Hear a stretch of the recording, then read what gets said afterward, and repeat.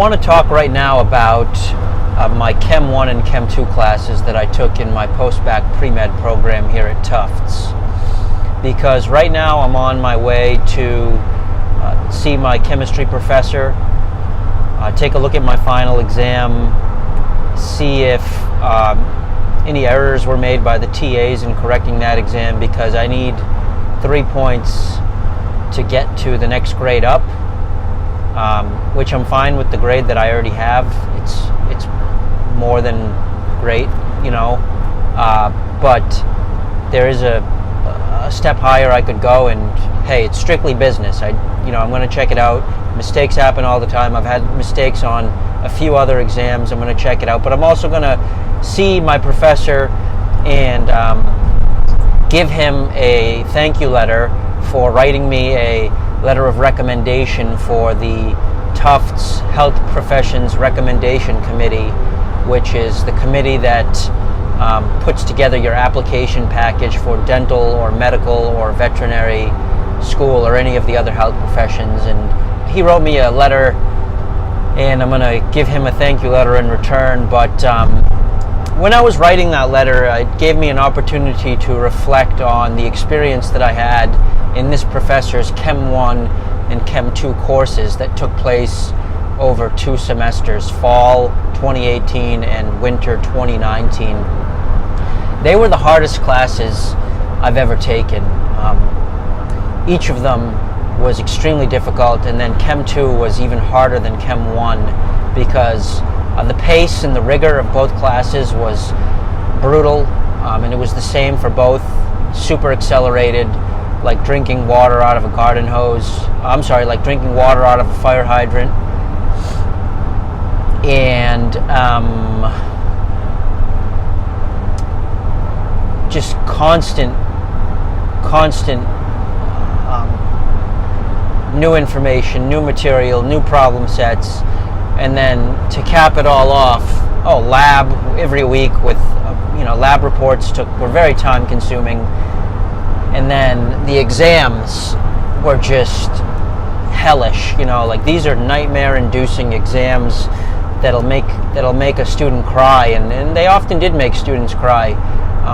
After exam 2 of Chem 2 this past March, there was, I didn't see it, but there was supposedly a student crying toward the end of the exam.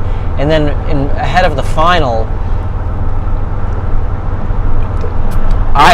this is a personal experience that I had. I encountered a student who was talking to her friend about the Chem 2 final, and I kind of injected myself into the conversation and said, hey, you're studying Chem 2, cool. Yeah, have you looked at the practice final yet? And she said no. I said, oh yeah, really long, 12 open response, or 12 sections. It's going to be intense. And apparently that was news to her, and she just started tearing up and crying, and her friend had to walk her outside to, I guess, calm her down and whatnot. So that's the kind of class it was. They call them weed out classes. The exam averages usually were between a 70 and a 75, scaled up to an 80. So that just gives you a sense of how difficult it was. But it's over now, and looking back on my experience in Chem 1 and Chem 2, some of the most rewarding experiences of my life was getting through these classes. A challenge is posed to you. For some people, and for me to a large degree, especially early on, the challenge was too much, and it was too much of taking me out of my comfort zone. I just couldn't believe that a course could ask so much of me, and I kind of denied the truth. I resisted putting in the effort that was actually called for by the class.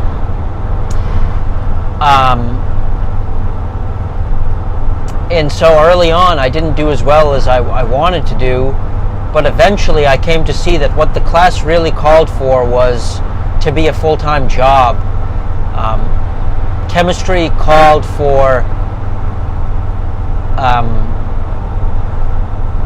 called for a lifestyle change. You needed to make chemistry the primary factor in your life in order to succeed in this class. I'm talking 25 to 40 hours a week if you really wanted to learn the material and ace the course and not have to approach the exams from a place of fear and a place of uncertainty. If you wanted to approach the exams from a place of mastery, feeling like you were in total command of the material, 25 to 40 hours a week. Made me think of Alex Honnold before he free soloed Half Dome or El Capitan, I forget which one, but his famous free solo. There was a different one before he did that last one that was recorded into that movie, Free Solo, where he said I forget which one, it was either Half Dome or El Capitan, that he free soloed twice.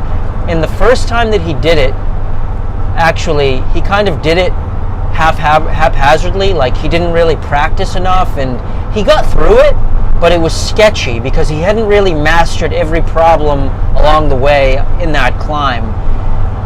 And then he said when he was going to free solo that second one that was recorded as part of the movie, he said that he wasn't going to take the same approach to that second one. For that next climb, he was going to really master every move involved in the climb so that when he did it without ropes,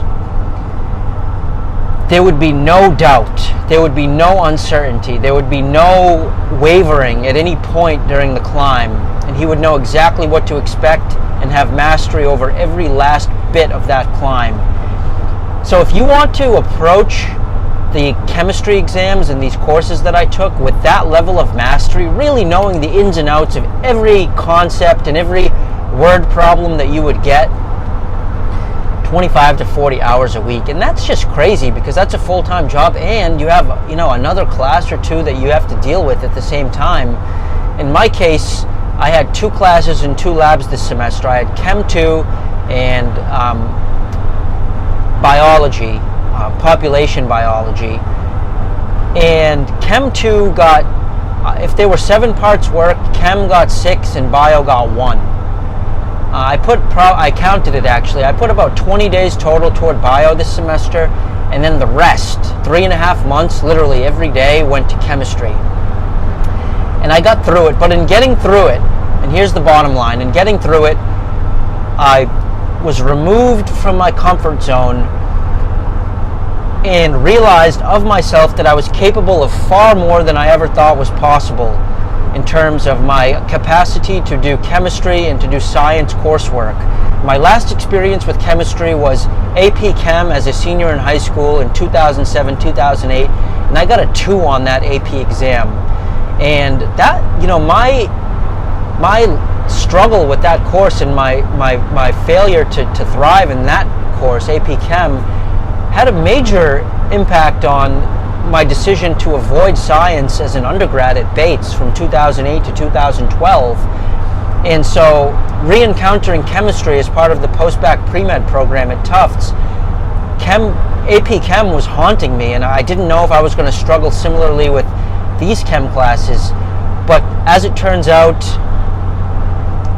I rose to the challenge. I put in work every single day. I encountered many obstacles, but I pushed through. There was one exam in particular, the second exam of Chem 2, where I really did much poorer than I was expecting to do. I really busted my ass and studied hard, but still did mediocre on the exam, and that was heartbreaking. But like Tom Brady and the Patriots always say, the only one that matters is the next one. You got to have a short memory for good and for bad. I think that's really a key thing to keep in mind when you're in a rigorous academic program like this. You can't get too attached to the highs, and similarly, you cannot get too attached to the lows. You have to move on quickly from struggle and from success, and just get ready for the next one. The next game is all that matters. So I was able to do that with exam 2, came back strong in exam 3, and then came back my strongest in the final, ended on a very high note, got to a point of mastery where I was talking to a friend about this, who actually, my friend got the highest grade in all of Chem 2 out of 166 students. My friend got the highest score out of all of them. And she told me that her level of mastery ahead of the exams was to be able to look at the chemistry word problems and to be able to work through them in her mind before she even put pencil to paper at all, to be able to talk herself through the way she wanted to solve the problem, and then after she had strategized the solution in her mind, then she would execute on the strategy later with pen and paper. So that's the level of mastery that's required to really ace these classes, and that requires 25 to 40 hours a week. You got to rise to the challenge. I'm glad I was able to do so. It didn't happen all at once. It was a matter of gradually building myself up to that level of commitment, and now I have a strong foundation for the rest of my science coursework and for my science career, and a huge confidence boost because I realized I'm capable of much more than I thought possible, and I'm grateful to this professor. And this is what I wrote in my letter, to get back to the letter the thank you letter I wrote for this professor who I'm about to visit. I said to him, thank you for giving me the opportunity to push myself this hard and discover of myself that I was capable of far more than I thought was possible. So that's it. My review of Chem 1 and Chem 2 at Tufts. Thanks for tuning in. More later. Oh, and an update on my dental situation coming soon, sometime this week. More on that. All right, 1.